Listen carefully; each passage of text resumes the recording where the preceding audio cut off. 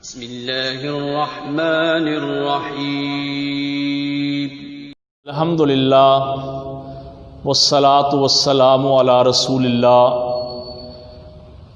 کچھ جانور ایسے ہیں جن کی ایذا، تکلیف اور نقصان سے بچنے کے لیے شریعت نے ان کو ہر حالت میں قتل کرنے کا حکم دیا ہے۔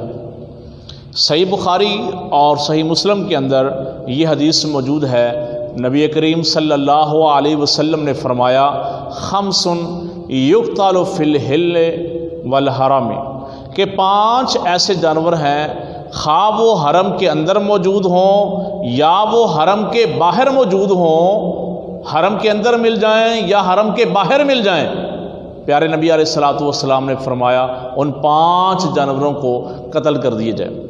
ان میں سے کون کون سے ہیں؟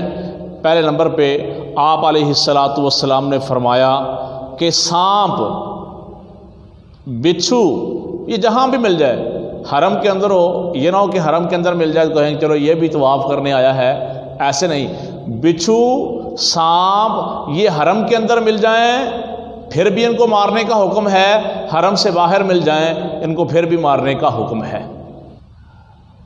اسی طرح بولا کتا اور چیل، ان کو بھی مارنے کا حکم ہے۔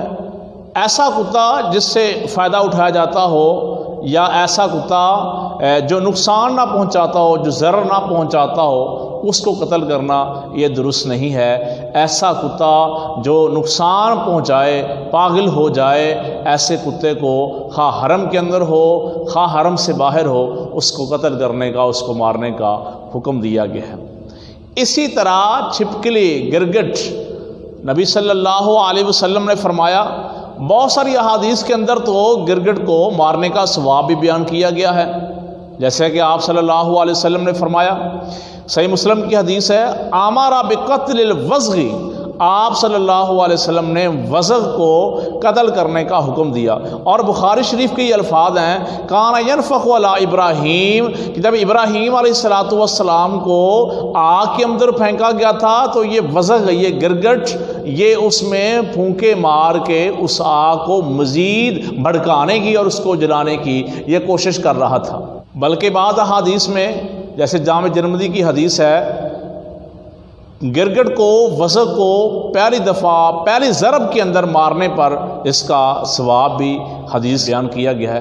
تو یہ جانور ہیں، سانپ ہے، بچھو ہے، کتا ہے، چیل ہے، گرگٹ ہے۔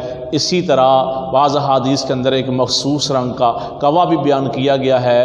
تو یہ حرم کے اندر موجود ہوں یا حرم سے باہر موجود ہوں، ان جانوروں کو قتل کرنے کا حکم دیا گیا ہے۔